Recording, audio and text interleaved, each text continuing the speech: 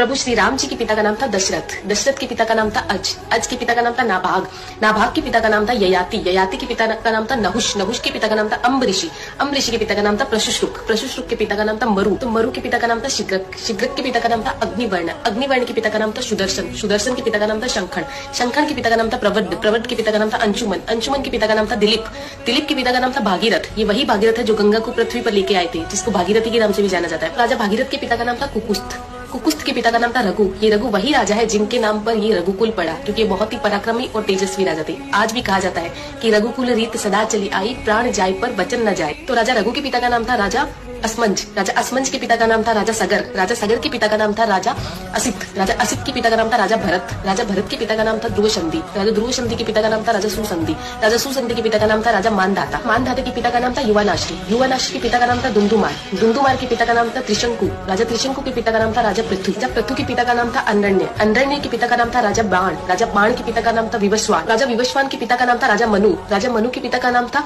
इक्ष्वाकु, इक्ष्वाकु के पिता का नाम था राजा कुक्षी, राजा कुक्षी के पिता का नाम था राजा विकुक्षी, राजा विकुक्षी के पिता का नाम था राजा कश्यप, राजा कश्यप के पिता का नाम था राजा मरीचि, राजा मरीचि के पिता का नाम था ब्रह्मा जी। तो इस हिसाब से हमारे प्रभु श्री राम जी ब्रह्मा जी की 39वीं पीढ़ी है, 39th। आने वाला इतिहास ये नहीं बोलना चाहिए कि सनातनियों को मुगलों का इतिहास तो पता था और खुद का इतिहास नहीं पता था। तो ज्यादा से ज्यादा इस वीडियो को शेयर कीजिए। जय श्री राम।